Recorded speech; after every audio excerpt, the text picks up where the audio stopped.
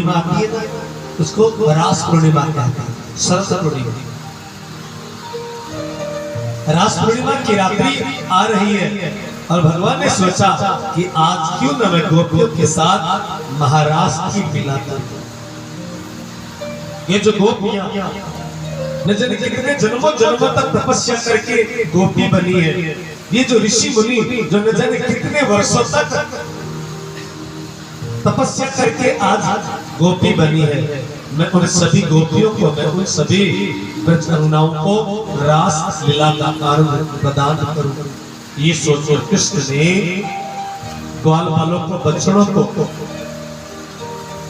बलराम भैया को, नंद बाबा को अपने घर भेज दिया।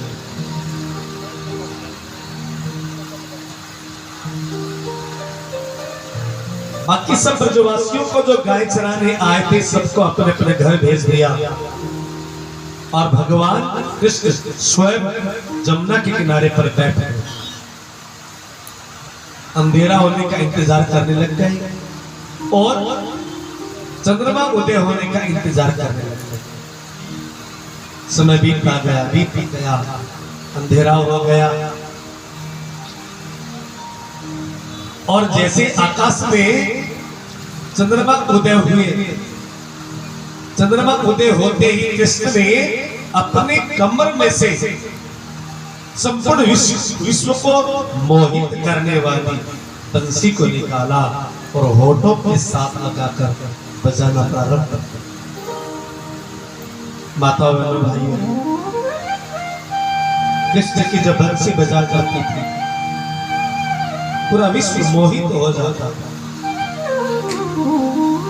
कृष्ण की बंसी में बहुत जादू था, एक चुंबक था, एक आकर्षण था। यहां तक कृष्ण जब बंसी बजाते ना तो हवा भी रुक जाती थी बंसी को सुनने के। पक्षियां दाना चुगना भूल जाते थे, पशु चारा खाना भूल जाते थे और जमुना जी भी ठहर जाते। कृष्ण की बंसी की आवाज को सुनकर जमुना भी ठहर जाती।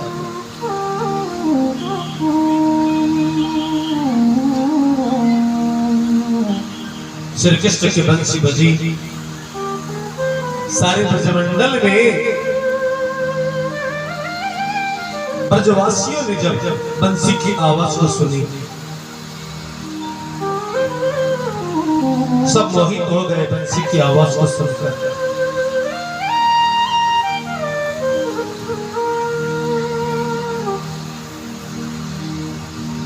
सुखदेव जी कहते परीक्षित,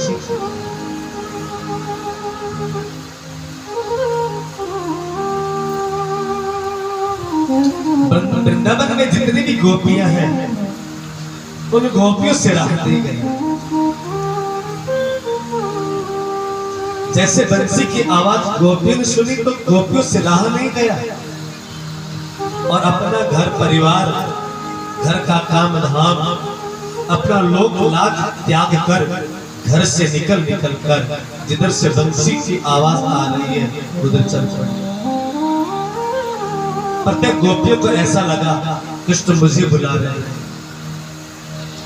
कृष्ण मेरा नाम लेकर मुझे बुला रहे हैं। आज कृष्ण ने मुझे याद किया है। बंसी के माध्यम से नाम ले लेकर कृष्ण उन गोपियों को जैसे पुकार रहे हो। और माता बहनों भाइयों, भगवान बुला रहे हो तो कोई भक्त घर में कैसे रह सकता? सभी गोपियां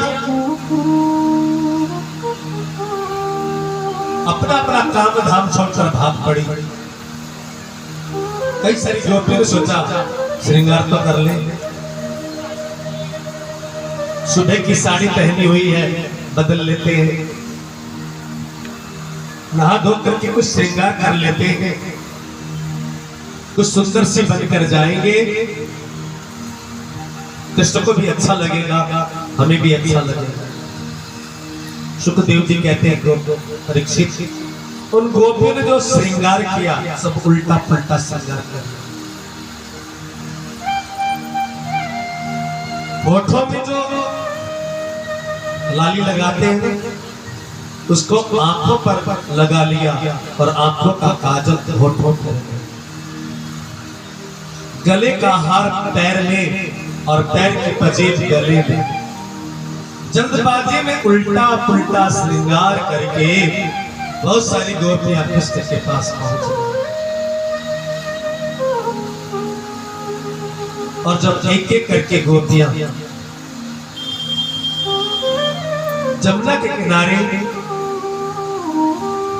श्री कृष्ण जहां कदम की डाली पर बैठे हैं उस पेड़ को ले जाकर जब घेर लेते हैं और तब कृष्ण ने बंसी बजाना बंद कर दिया और गोपियों से ये सन्मुख होते हुए बातें करते हुए गोपियों से कहने लगे, गोपियों क्यों आई, क्यों आई? अब तो आधे से ज्यादा गोपियां तो बेहोश हो गई। कमाल के हैं, पहले बंसी बजा बजा के बुलाया और अब कहती क्यों आई है? मस्ताना परिवार ने कथा करवाई और जैसे ही आप अंदर आओ बाहर खड़े होकर कोई कहते क्यों आए हैं? गुस्सा आएगा तो गोपियों को बुरा लगा, बुरा लगेगा, बुरा लगने वाली बात है। पहले तो इकट्ठा किया, होर्डिंग लगाया, पर्चे बांटे, सबको फोन पर बुलाया और आप यहाँ आओ और आते ही कोई कह दे क्यों आई हो, भागो यहाँ से। अब भगवान ने भी वही किया, गोपियां क्यों आई हो, जाओ घर वापस जाओ। गोपियों घर में तुम्हारे सब कोई है ना, सास है, ससुर है, पति है, बच्चे हैं, बड़ा पूरा परिवार है और तुम ब्रज की उच्च कोटि की यानी कि अच्छे घरों की महिलाएं हो, तो मैं ऐसे अकेले में घर से नहीं निकलना चाहता। और कृष्ण ने आगे एक ज्ञान देते हुए कहा, ये गोपियों पतिव्रताओं को कभी भी पर पुरुष के पास नहीं आना चाहिए और तुम सब पतिव्रता हो और पतिव्रता ऐसे चलकर किसी पर पुरुष के पास मेरे पास आती हो तो ये अपराध होगा। कृष्ण ने गोपियों को ज्ञान दिया और कृष्ण कहते गोपियों पतिव्रता बड़ी शक्ति होती है। और मालूम है कृष्ण ने कटु वचन क्यों कहा? पहले तो बंसी बजाकर स्वयं बुलाया है, गोपियों को इकट्ठा किया है और जब इकट्ठा हो गई तो कटु वचन कह रहे हो। इसलिए जब कृष्ण 11 साल के हुए थे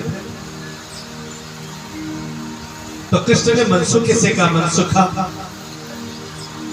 ऐसा करो, आज हम 11 वर्ष के हो गए हैं, आज हम अपना जन्मदिन मनाएंगे और ब्रजमंडल में जाकर गोपियों को निमंत्रण देकर आओ। हम सब आज जन्मदिन मेरा हम मनाएंगे, गोपियों को निमंत्रण देकर आओ। मनसुखा गोपियों के पास जाकर कहता है, आज हमारे गोविंद का जन्मदिन है, ये गोपियों आपको भी आना है। तब सब गोपियों ने राधा रानी ताना मारा, ताना, हम तो नहीं आएंगे। क्यों? वो काला है, उसके पास बैठकर हम भी काली हो जाए। उसके तो माता पिता का पता नहीं है, हमारे तो घर में सब कोई है ना, उसका तो परिवार का भी नहीं पता है। हमारा तो लंबा चौड़ा परिवार है, क्या हम परिवार की नहीं है? हम ऐसे कैसे आ जाए उसके पास? उन गोपियों ने मजाक किया था, लेकिन मनसुखे ने कृष्ण के कान को भर दिया और जाता लो कन्हैया, अच्छी तेरी बेइज्जती की गोपियों ने, तुझे काला कहा है, बिना माँ बाप का कहा है, तुझे तो न जाने क्या क्या कह रही है। और कृष्ण और गोपियों में बोलचाल 52 दिन तक कृष्ण गोपियों से बोल रहे हैं, बंसी बजा रहे हैं। और आज जब 11 साल 52 दिन के हो गए, बंसी बजाकर गोपियों से कहा, मेरा तो कोई नहीं है, तुम तो सब घर परिवार वाली हो, घर चले जाओ, मेरे पास बैठकर काली हो जाओगी। तब उन गोपियों ने कृष्ण से माफी मांगी। हे कृष्ण, आप बार बार कह रहे हैं ना कि तुम पतिव्रता हो, पति की सेवा करना ही पतिव्रता का सबसे बड़ा कर्तव्य है। तो हे कृष्ण सुनो, हमारे घर में जो हमारे पति है वो मात्र शरीर के पति है, तन के पति है, लेकिन आत्मा के पति तो हे कृष्ण आप।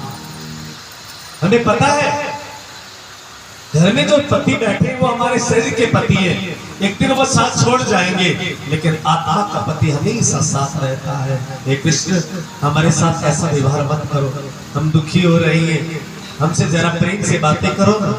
और आपने बंसी बजाकर हमें बुलाया है, हमें महाराज का आनंद प्रदान। आप परमात्मा है।